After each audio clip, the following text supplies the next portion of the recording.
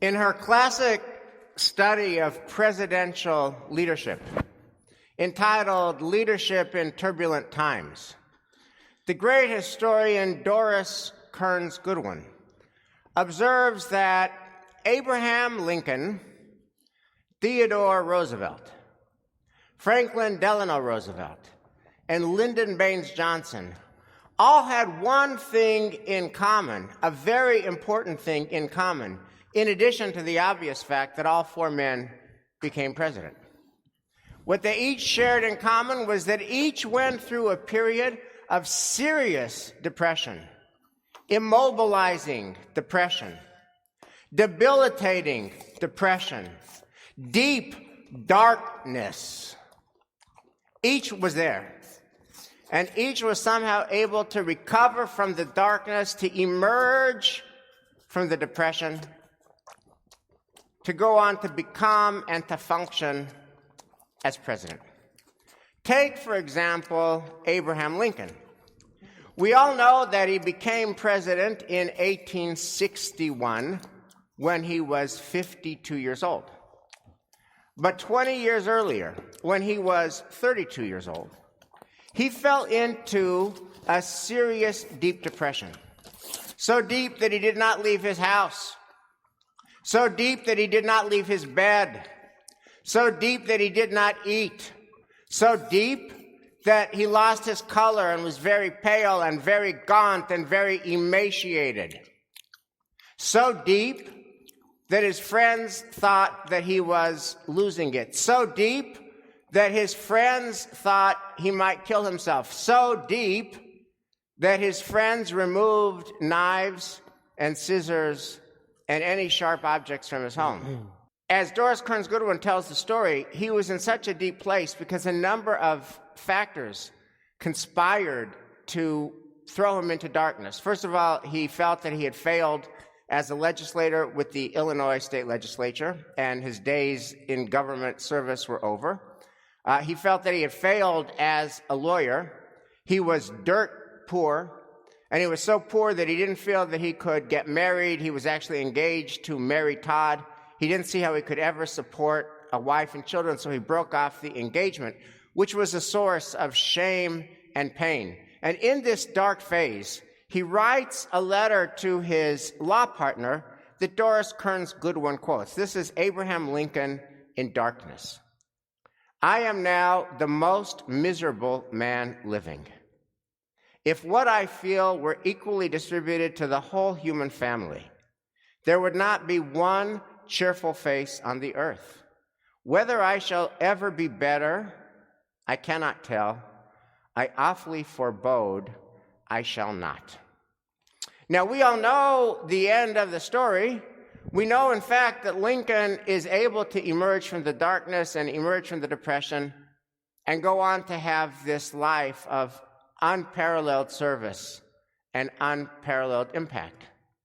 How did he do it? Well, before getting to that, it is worth noting that Abraham is not the only Abraham that we love who went through depression. Abraham Lincoln isn't the only one. There's also Abraham, our father, Avraham Avinu. And it's very clear that if you read the text of Genesis straight up, if you just read the words, what they say, what they mean in their own context, Avraham Avinu has a very serious case of depression, and for very good reason. Now, we sometimes think that Abraham's story begins in our reading this morning, Lech Lecha, with God's famous command, Lech Lecha, go to the land that I will show you, leave your father's house, your native land, go to the land that I will show you, and you shall be a blessing. But in fact, his story does not start this week. His story starts at the end of last week, and if you miss that, you miss the story. This is how Abraham is actually first introduced to us. Now, he's first introduced to us in what is usually the driest of texts. But this text is not dry. It's a genealogy that is not dry. Terach begot Abraham, Nahor, and Haran begot Lot. Haran died in the lifetime of his father Terach in his native land, Ur of the Chaldeans. This not dry genealogy establishes something very important about Abraham. That is that sickness and illness and death and shadows and grief were inextricably interwoven with Abraham's story. Abraham was never just Abraham. Abraham was always Haran's brother. If you read the genealogies of Genesis, people back then lived a very long time. They lived 200 years. They lived 400 years. They lived 500 years. But not Abraham's brother Haran. Haran dies young. Haran dies prematurely. And the Torah goes out of its way to say that Haran dies in the lifetime of, al pnei, in the presence of, his father Terach. So right away, Abraham comes into the world, and Abraham's life is not really his own. Abraham's life is like interconnected in deep ways with things that drag him down. His life is interconnected with his dead brother Haran. His life is interconnected with his grief-stricken father Terach, and Abraham can't answer that grief. What happens next? Well, in typically understated biblical prose, here's what happens next. Terach took his son Abram, his grandson Lot, the son of Haran, and his daughter-in-law Sarai, the wife of his son Abram, and they set out together from Ur of the Chaldeans for the land of Canaan. So after Haran dies so prematurely, Terach says, you know what, guys, I can't take this anymore. I got to get out of Ur of the Chaldeans. Ur of the Chaldeans is haunted for me. This is where my son Haran died. This is where I laid to his eternal rest. My son Haran, parents should not be burying their kids. I got to get out of here. We got to go somewhere. You know where we're going to go? We're going to go to Canaan. That's what Terach says. We're going to go to Canaan. Now what happens next? Pause. The great teacher, Shai Held, says that you cannot read Torah too slowly. You cannot read Torah too carefully.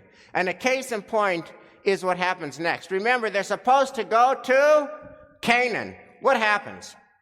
But when they had come as far as Haran, they settled there. The days of Terach came to 205 years, and Terach died in Haran. So they want to go to Canaan, but for some reason, they run out of steam. For some reason, they run out of energy. For some reason, they just give up. For some reason, they just settle. And they don't make it. And they don't finish the journey. Why? Well, now here's where you can't read the Torah too slowly. What's the name of the dead brother? Haran. What's the name of the dead son? Haran. What's the name of the city they settle in? Haran.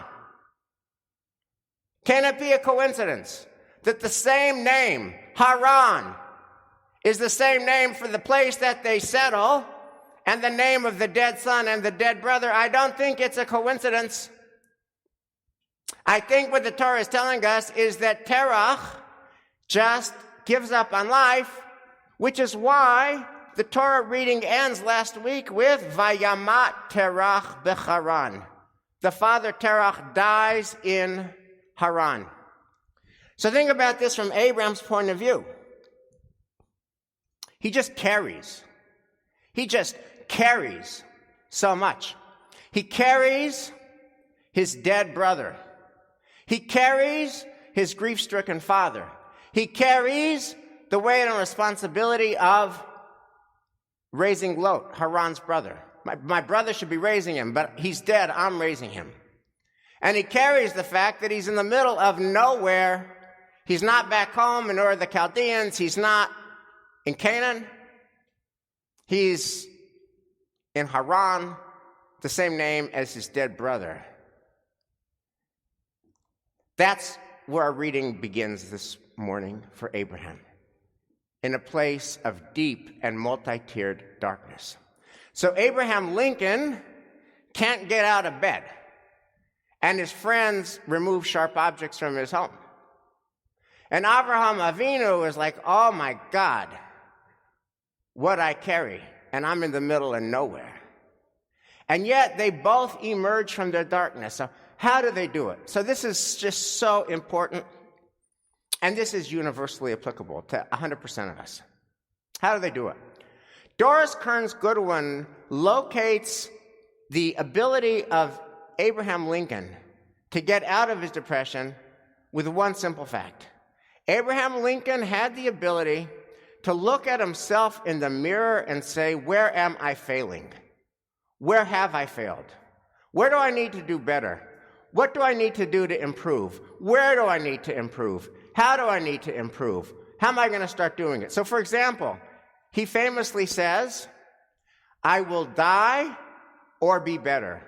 I will die or be better. If he's not going to be better, he can't make it. The only way out of this is to become better. So where does he start? So he says, I'm not an accomplished lawyer.